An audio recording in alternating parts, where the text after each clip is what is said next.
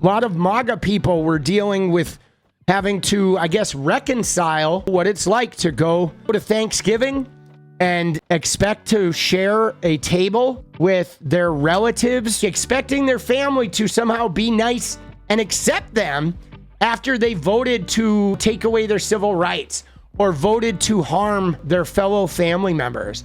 And believe me, there's going to be some consequences. I have the wonderful pleasure of uninviting them from holiday activities because they voted for Donald Trump. Just to give you guys a heads up, my brother gets free healthcare, my brother goes to school for free, and I helped him apply for all of those government programs. Wow. In addition to that, he lives at home and completely relies on the financial assistance of he my needs mother. to be the So this get the boy boot. has the audacity to not only vote for Donald Trump, who is against women like myself and my mother, but then he has the audacity after my mother was crying all day yesterday. He comes home celebrating his victory Of course and he rubbing does. it in my mom's face. Dude, Now, what do you want to bet? He did the stupid ass Trump dance, right? The white guy dance. Understand we all have different opinions and political views, but you do not go to the home of a woman who financially supports you And celebrate rub taking it away in her face. rights. Go ahead, laugh about it with your friends, laugh about it with your unemployed fiance. It has now been over a month that I cut my brother off. Good for and I you. no longer answer his phone calls because the only reason he called me anyway was when he needed money. Yeah, good and for I know you. that's really hard to do, and I know right now a lot of people are going to have some very uncomfortable Thanksgivings and Christmases, but at the end of the day, I really encourage you all to protect your peace. Put up the boundaries. I'm not saying that you need to cut out every single person in your life that doesn't agree with you politically. See, again, we have to go back and point. This is not about a political agreement. This is about people making a choice that's going to harm civil rights in our country. It's not about politics even. It is no different than if somebody said they were voting for segregation. If your relatives came up and said that, I would goddamn hope you froze them out, and I would hope we fought that shit back. This isn't even about politics. It's been made political, but this is human rights issues, which is why if you're a Trumper, why do I ban you? Because you're supporting a woman abuser, and I'm not okay with that. It's not a political opinion to support Trump. Wanting to build a border wall is a political opinion. Wanting to spend more money on the military than you do on Social Security, that's a political opinion. Arguing about how much money we send to our allies, that is a political opinion. Supporting a rapist, that's not a political opinion. That's a moral failing. That's somebody who is so obsessed about causing some political stir in the real world that you're willing to align with a harmful, toxic, hurtful human being, even though there's going to be tens of millions of women in the country that are very triggered because they've been raped.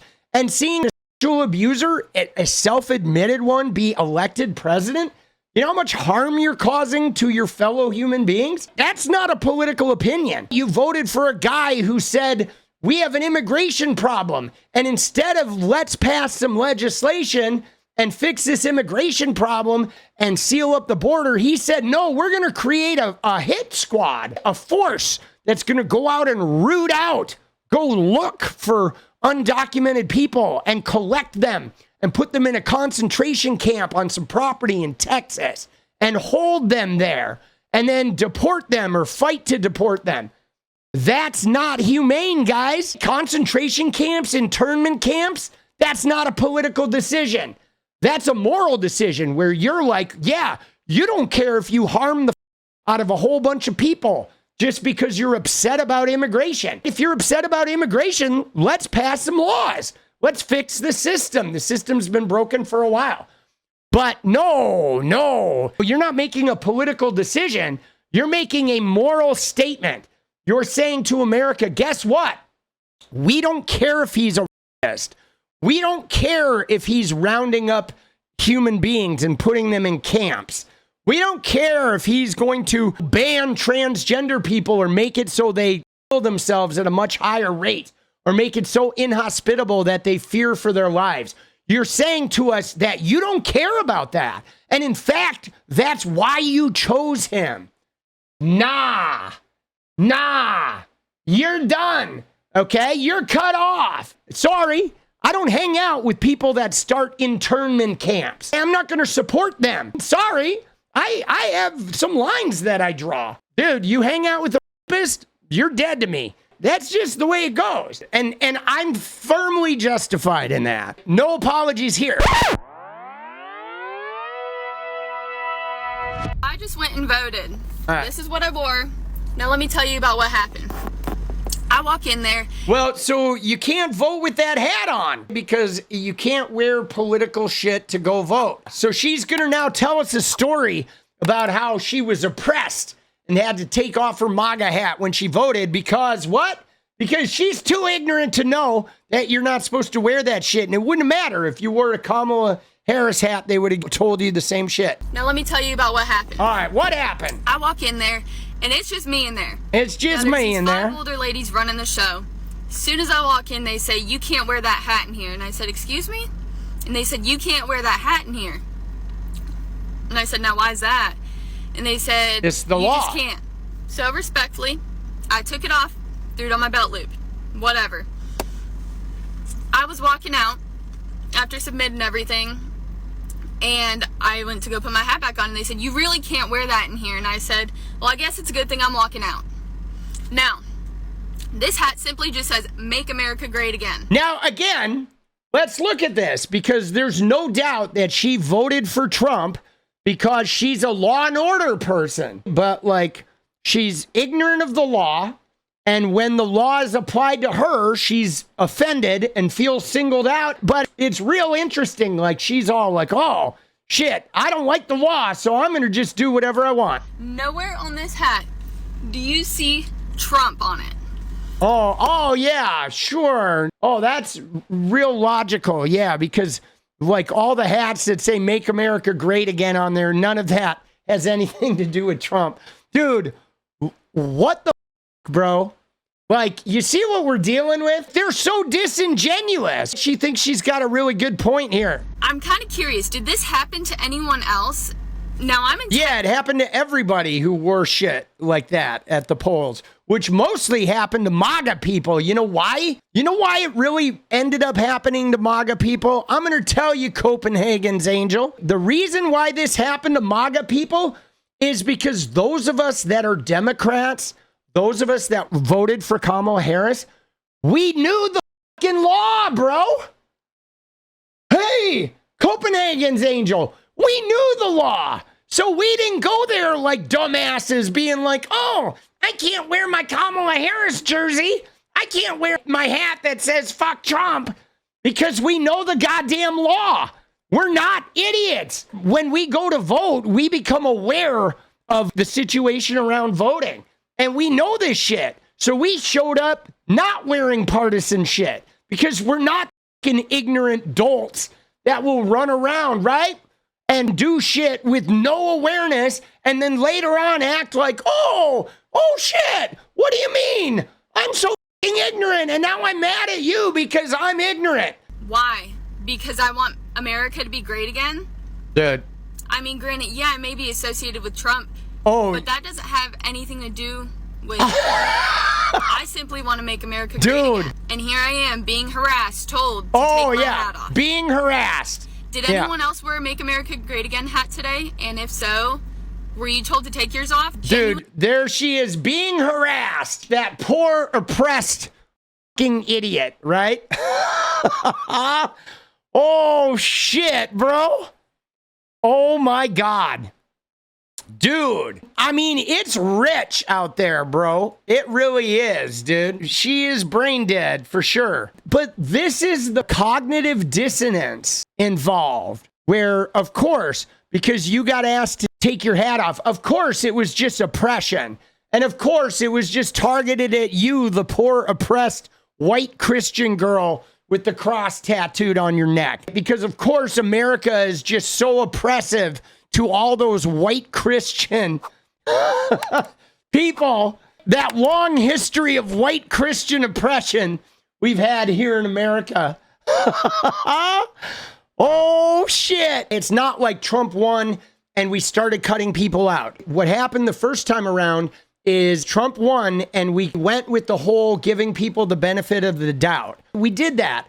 But then what we noticed over the 4 years is we noticed that it was more than just a political decision of a president. There was like a worldview that came attached to it that included judgments about LGBTQ people and trans people and homeless people and poor people and people of color. And we started noticing that the people who voted for Trump, it was like, I'll put it to you this way. So there was an anger and a grievance and a resentment that prompted these people to choose Donald Trump. But over the course of him being president, that resentment and that grievance never got any better. And in fact, the longer he was president, the more aggrieved they got. And the more aggrieved they got, the meaner and nastier they wanted him to be. And so it was like a symbiotic relationship of their grievance causing them to pick this aggressor, this abuser guy. But then he never got rid of the grievance. He just created more grievance, and then they wanted more aggression. And then he created more grievance, and then they wanted more aggression. And then eventually, it erupted with January 6th. And so it was like he wasn't a cure for their grievance. Their voting for him created a situation where they became even more angry and even more aggrieved and resentful. And they wanted more extreme reactions and behaviors, and they wanted to be able to be more outward with their displeasure and their projection of that trauma that they were dealing with. And so we noticed right away that it was really hard to engage with them because they were no longer even sensitive in personal relationships to normal human emotions. Right off the bat, there was a rift there because that energy, that aggrieved energy, that like lack of inclusivity, that deep judgment, and that sort of like swirling feeling of that person being oppressed and appreciating the viciousness and the attackiness of Donald Trump, it started infecting their personal relationships. Energy vampire is a great way of putting it because there's something that goes on where the sort of Trumpy people that are trying to like satiate that grievance, they want to be around the liberal, compassionate people and they want to tear into them and suck the compassion out of them, and they consume it, but it doesn't make them more compassionate. It makes them feel like they're exercising the power of their grievance. It's really toxic. You know that this is your fault, right? Nationwide abortion ban? Your fault. Gay marriage gets repealed? Your fault. Trans people are dying? Your fault. Oh, but you don't want to hear that. Oh no, it's not your fault. It's Trump's fault. Well, of course it's Trump's fault, bitch. But you could have done something about it. Dude, and you didn't. Yes. And now you want to deny that there's any blood on your hands whatsoever. I can't even and you expect us to like show up and be smiling and forgive you for all that shit. Oh, okay. The transgender people we know may take their own life, but we're supposed to just invite you over after it happens and be like, yeah, thank you. Thank you for like making an environment where people we know feel like they want to kill themselves because you've taken away their access to health care. Oh, and you want to come over for dinner? Fuck yeah!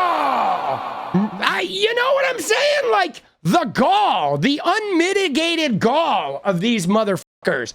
Like my mom used to say that. She liked that word. She would be like, the gall of those motherfuckers. You couldn't morally vote for Kamala. Just know that your inaction is the reason why Trump is the president-elect. And how dare you say that you give a fuck about marginalized people? Yeah, you don't. Do what you did. How dare you say that? You do not. If you don't understand this, you're just clearly so uneducated about the consequences of your fucking actions, or you don't care. Those are the options. I'm so beyond angry. I am so beyond angry. I feel their pain, dude. I do. It's like we're definitely going to go through a reckoning now for this. This decision was, I feel like maybe it had a lot to do with the trauma of the pandemic. We came out of this really bad traumatic experience and everybody's kind of reeling. And as a result of people reeling, they made like really bad decisions. a decision that's going to cause us all a lot of pain. And ultimately, whatever wreckage is instilled, provided we will make it out the other side. If there's, crazy Reichstag kind of shit where they try to like clamp down and martial law or anything like that, we could go through some really dark times. And hopefully we don't. The thing that makes me mad is a lot of people don't take it seriously. They want to pretend like this shit ain't what it is. They want to act like, rounding people up in concentration camps and discriminating against transgender people and denying them health care so they end up dead. Like, that's actually not a big deal. Like, we should be able to do that and everybody should like us and forgive us. And it's like, no, you're like telling us the lunch counter shit is the way it's supposed to be. We already litigated discrimination and racism, and we're not going back.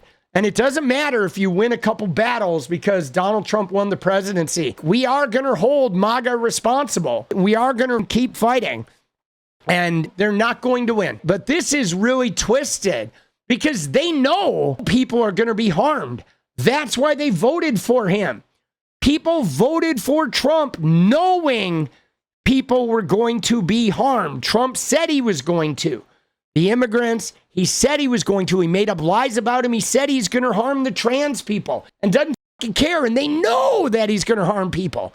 And they love it. They're dancing.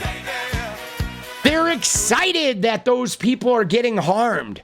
Dude, that's fucked up. That ain't politics, guys. That is not politics at that point. That is a moral fucking failing. If you were to go back to segregation, it affected the white people too. And I'm not just talking about the people that were walking around calling people of color the N-word. It was harming them, like the KKK and the people in the South that actively harm people of color. But I'm just talking about the white people who saw segregation and knew it was legal and went ahead with the law.